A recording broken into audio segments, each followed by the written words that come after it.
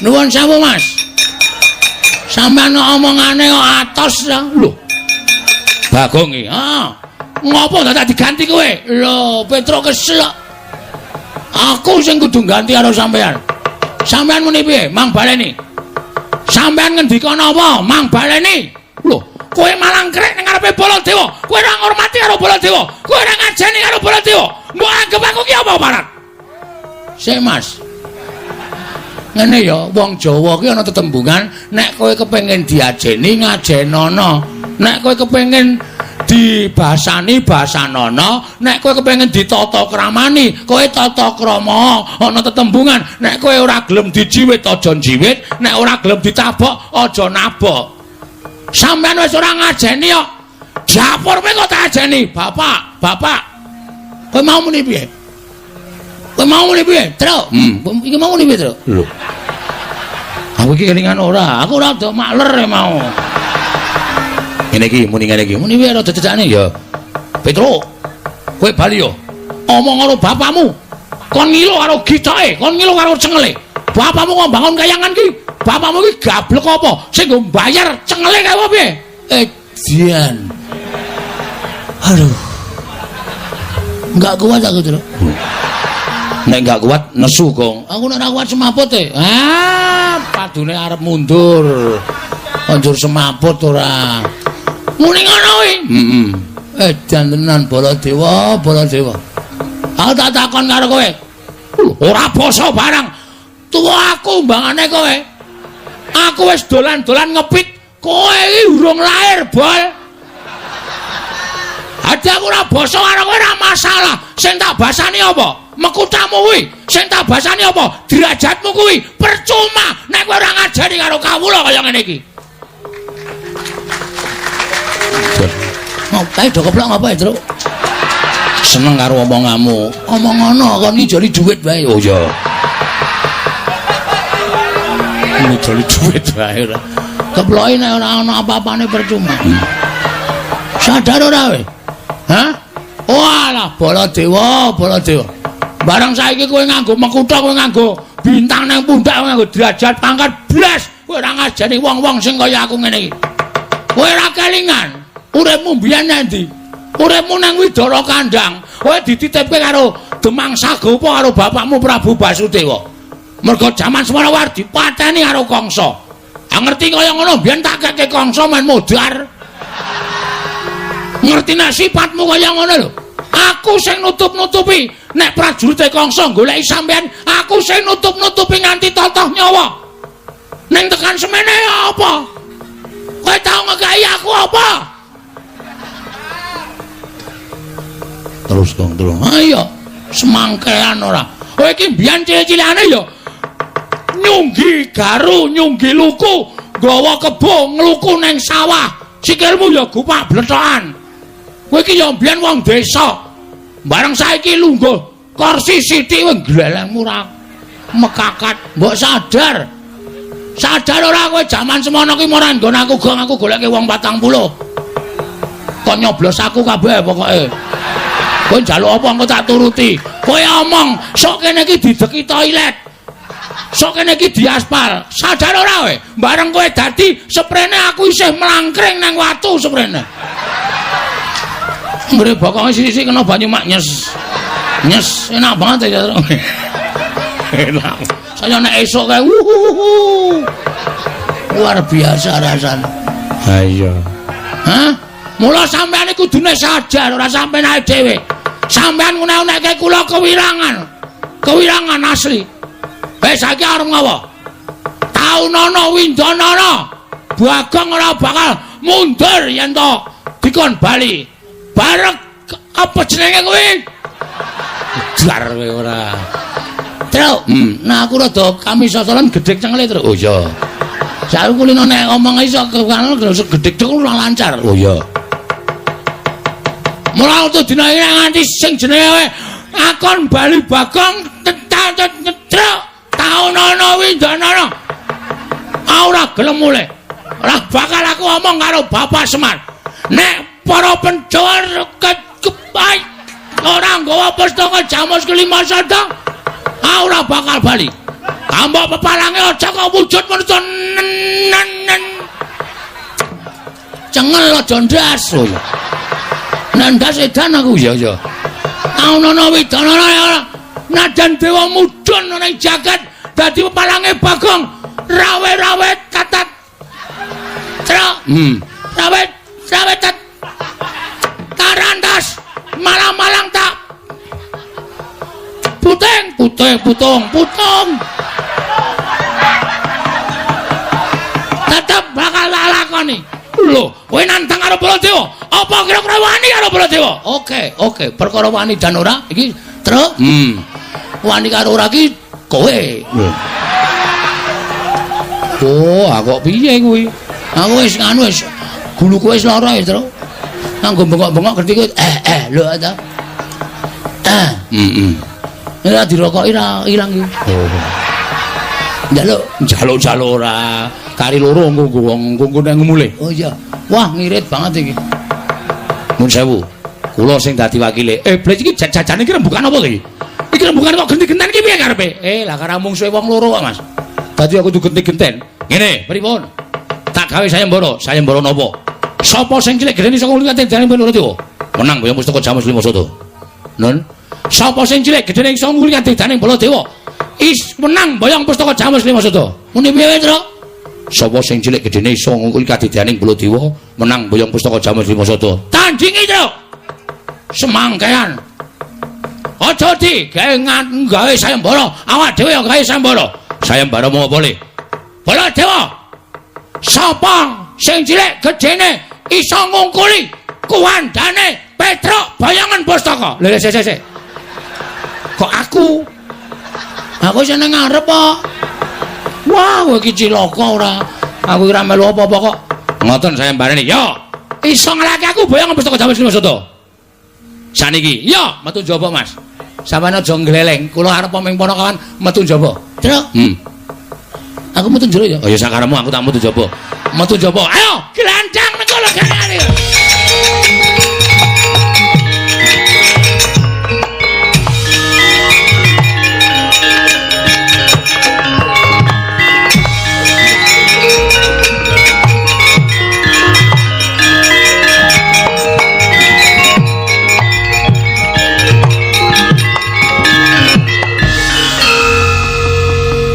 Petruk wis metu karo Koko Prabu Mandura lah kok Bagong malah mbegogok nang kene. Kula tak takon, nek kula melu metu terus kula nyambut gawe apa wis? Lho, nyambut gawe apa piye? Ah genah to. Petruk mungsuh Prabu Baladewa. Terus kula ngapa? Nonton. Mresane isen to. Dikira kula ora melu-melu tanggung jawab. Terus karepmu piye? Kira-kira semene iki sapa sing kepengin gelut karo Bagong?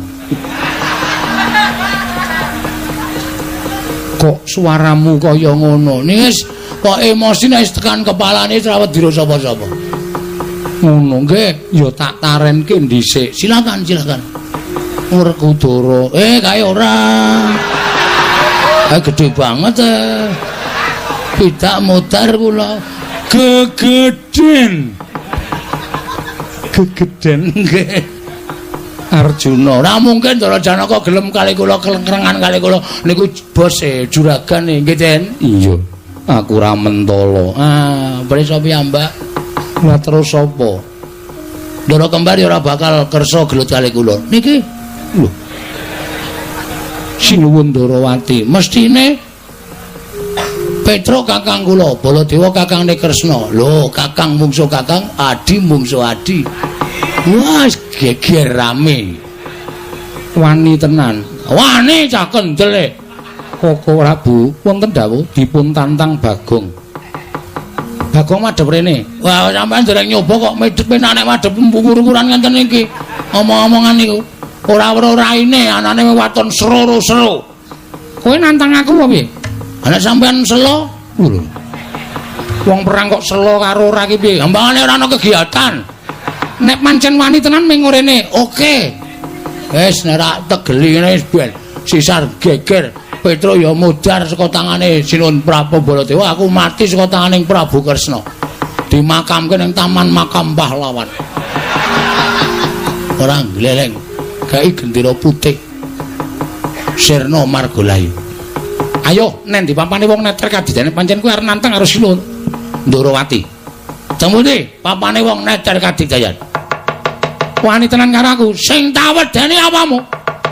Lakon tiban senjata cakra ora mati aja Duntanata Ndarawati. Kowe iki janjine ora nganggo pusaka, Mas. Iki janjine mung gelut biasa. Ora nganggo pusaka, nganggo pusaka kula emoh, kula wegah. Menang sampean. Lah aku senenge nek gelut nganggo pusaka kok. Oh, surat. Jireng getih wedi mati. Wis rasa gelut. Lho. Urung sida kok wis dibatalke meneh. Aku wonge gampang batalan kok aku. Anggere kira-kira sawang saka adono. Oh, mama ora sida ora sida. Iya. Lah terus karepe piye, Bagong? Nggih pun ngaten mawon kula tak nyuwun pamit nggih sinuwun. Iya sing ati-ati. Ning panjenengan perlu menggalih. Antaraning Semar karo Sina Ndarawati abot pundi? Pun ngoten mawon. Mang pikir mang penggalih lelabuhane bapak, mang penggalih napa sing pun ditindakake bapak. Kali mang penggalih lelabuhane Sina Ndarawati. Suwe sapa? Lho, nggih? Iya, Bagong, matur sembah nuwun. Pareng. Iya. Sing ati-ati aja kaya bocah cilik. Menawi ya sinuwun kula nyuwun pamit, sing ati-ati aja kaya bocah cilik. Ndarawati Dara kula nyuwun pamit. Iya, sing ati-ati. Aja kaya bocah cilik. Ndara Janawa kula nyuwun pamit. Iya Bagong sing ati-ati. Ndara Sedewa Nekula kula nyuwun pamit. Iya Bagong sing ati-ati Bagong. Sampun sinuwun mangke ndamel kedelarung-delarung mboten prayogi kedadosanipun, pareng kula nyuwun pamit madal pasilan. Iya Bagong, pareng. Iya. Nek ora nganti kaya ngoten niku wis Petruk niku bola-bali wis nang di papan anggere ana daya padha daya barengi Petruk mesti geger. Dewi ngenane teng pundi? Ngestina ya ngono. Ning Ngestina nggih. Jaman kapan? Jaman takon Ndara Garukaca niku lunga-lungane teng pundi? Wah, tantangan karo Durna kula ya semelang. Ning untung ya iso dicandhet arang cah nika wis waton iso waton ming gegaran kendel cok. Iya. Pun nggih? Iya Bagong sing ati-ati. Pun Den? Iya sing ati-ati. Lho pamit nggih, Bos. Iya sing ati-ati. Bareng Den. Iya sing ati-ati, Bagong. Iya sing ati-ati. Aku balise ya 6. Nggih. Nomormu jek mbiyen to? Tasih. Tau hubungi kok ora tau iso. WA aku ora nyemplung WA-mu. Nggih. Pun ngoten mawon kula tak medal jawi. Iya sing ati-ati, Bagong. Jan aku gumon tenan. Mau ya wis tak jawel mau nika. Aja wani karo Sinul Mandura. Ning ngeyel Petruk ki anggere emosi niku angel dikenjaleni. Kula ning nganti sok jujeg nek dikongkon bapak karo Petruk jane kula emoh. Ning gandeng bawane tresna karo Petruk. Nggih to? Iya. Pun nggih, Sen? Iya sing ati. Bareng iya sing ati. Kula nyuwun pamit nggih. Iya sing ati-ati. Kula nyuwun pamit lho. Iya sing ati-ati. Iya sing ati-ati, Pak. Iya Bagong sing ati-ati. Nggih, Pak ati-ati. Wah, wis ngono wae ah. Ndak selaket suwen iki. Wis jam yamene ora gek rampung-rampule jejer. Lho nika. Petruk manapun gawa glugu nika napa mboten nyemelangi? Endi Bagong? Nika. Wah niki nek mboten ndang kula cegat Sinuwun Mandura iso digebuki nganggo glugu ale Petruk. Sing ati-ati. Parang nyuwun pamit Sinuwun. Iya Bagong sing ati-ati. Pun nggih Den? Iya. Pun nggih. Yo sing ati-ati. Ndara nyuwun pamit. Iya sing ati-ati. Ndara kula nyuwun pamit. Iya sing ati-ati, Bang. Wah, nyuwun pamit nyuwun tambah pangestu. Oh senes kok Den. Wong ngunggahke usuk. Mulai Dan. Nggih, pun nggih. Iya. Pun ya, mbuh, ya. Ya itu dipamiti ora lahir batin to. Kowe pamit kok bola-bali. Pamit bola-bali. Kok ora tanggap to iki? Semelangku. Kula niku le semelang kuwatir nek kula mungkur dirasani. Sing ngrasani sapa? Sampean-sampean niku. Lha ngrasani piye? Aduh, Bagong mau kok urung tak keidit. Enggak ya. Ada. Ayo. Arep guyu, ayo. Aku ngguyu ki mergo weruh polahmu. Wong kok iso wae ming arep njaluk duit kok trobos kono trobos kene. Carane dhewe-dhewe. Sing arep ngrasani iki ya sapa? Wong ora ana wong ngrasani kok. Ora gara lho. Ora. Oh ya wis. Dipun sekecake ora ndek perasaan. Ora ngrasani blas wis ora ndek perasaan. Menenggo wae kuwi bali dene tak dupake.